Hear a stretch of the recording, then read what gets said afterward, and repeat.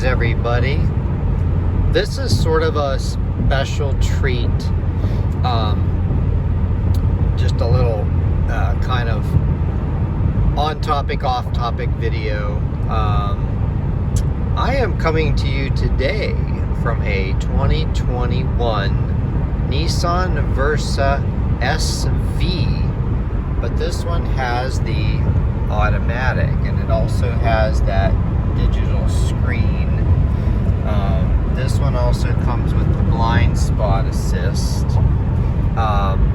The reason I'm driving this one is this is a one-way rental car that I am driving to pick up my new toy, which I'm going to be doing plenty of videos on when I get there. I'm going to do one when I first get to the dealership, and then I'll talk more about that.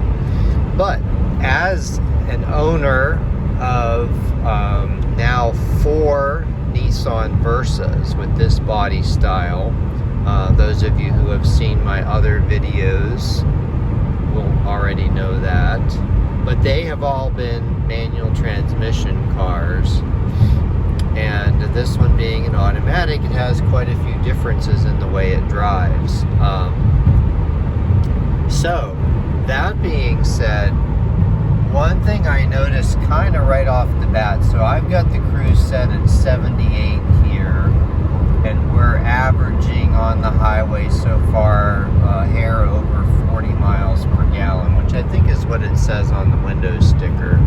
So it definitely gets better than the manual, and I'm pretty sure part of that is because of the gearing of the manual compared to the automatic. Now at this speed in my manual, I've done a few videos about this as well, you'd be turning about 4,000 RPMs, but I think I can switch the screen here. Hang on, I gotta get over. And you see it's just a hair over 2,000 RPMs with the automatic. It's quite a big difference. So I think that's the significant difference in terms of the fuel economy. 35 highway on the sticker versus 40 on the sticker, manual versus automatic. And that is that's largely accounted for. I don't know if it's necessarily the friction difference between the two transmissions, or just simply the RPMs. I see right there now it has actually dropped under 2,000 RPMs because I'm kind of going down a hill and there's not a whole lot of demand on the engine right now. So I've been just kind of keeping it on the setting which shows me the average miles per gallon, because I've just been curious about that. So this one also has Apple CarPlay, which mine does not, and it actually makes it nice because I don't know exactly where I'm going, and the navigation really helps, although I don't miss it in my car because I drive mine for a whole different purpose. This one I'm specifically going someplace I'm not familiar with, and yeah, so other than that, it's basically the same car. You know, my first inclination is to say this one has a bit more wind noise, but that's not probably really accurate, because I think you hear the engine a little more in mine on the highway, so that would kind of mask out some of the wind noise. I don't know if you can hear that in the phone, but yeah, other than that, like the seat cloth is a little different. I think the shape of the seats is the same, pretty much equally as comfortable in this car compared to the other one, which is great because they're super comfortable seats. The size of the screen is the same. I don't really see a whole lot other difference. Now this being a 21, has the push to start, and I think on the upper trims they all have that. But even on the manual 20 and 21, they had push to start. Starting in 22, they did away with that on the Versa S manual. So that actually introduced some issues, but I've done numerous videos about that if you're interested in checking those out. But anyway, I actually don't hate the CVT as much as I thought I would. It is a little different. Sometimes it does the shifty thing, like the fake shifts. Sometimes it just goes up and stays at a particular RPM, like when you're accelerating. I think it just depends on the level of acceleration and so forth. But I mean, overall, it's really not that bad, and I think it's actually a testament to maybe to the quality. Rental cars tend to live the hardest lives of any cars out there. And this one here, it's going to hit 50,000 miles on my trip today.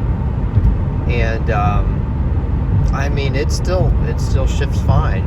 If you to use the word shift is kind of not correct.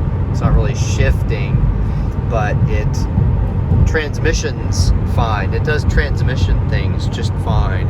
It seems good. I don't know anything about the history of the maintenance on this car.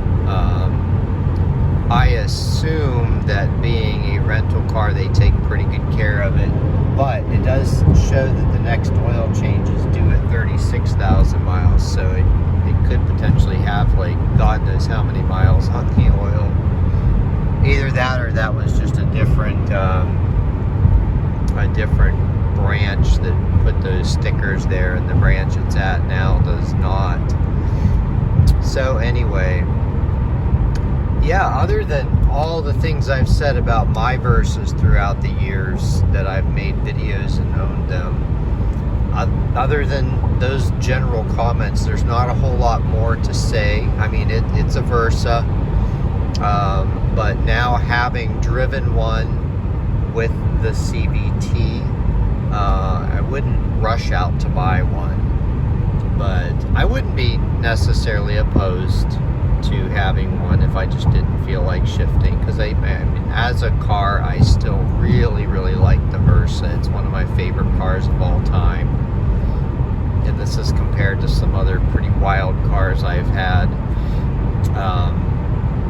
But I think part of that is because I grew up with econo boxes like this, and that's the kind of car I've really come to like. I need to slow down and get over here. Let all these cars coming into like rush hour traffic. Now you could probably hear there it downshifted, quote unquote, a little bit when I just accelerated there to try to get back up to speed, and then it came back down. So. But anyway, yeah, I've had cars like this my whole life, starting out with Volkswagen Beetles when I was younger, the old school Beetles, and then I had a couple Dodge Colts, Hyundai Accent, like we're talking 80s and 90s cars here, and the Versa has a lot of similar characteristics to those cars, especially the manual, like the ones I've owned and the one I currently own, that I've talked about in some of my other videos. Except this one has like modern safety features on it, and ton of airbags, stability control, brake assist, that sort of thing. These Versas even have rear parking sensors, even the S trim, the cheapest one you can buy. That's interesting. A sort of customized C300 4MATIC. Side note, every time I see one of those, I always wonder if the rear subframe is rusted and if the people know about the extended warranty. But I've made videos about that. I can just talk about cars on and on and on, and those of you who have seen my videos probably already know that. I think that's why I do this, is just because I go on about whatever random car topic, and hopefully somebody enjoys it. Anyway, have a great day, everyone.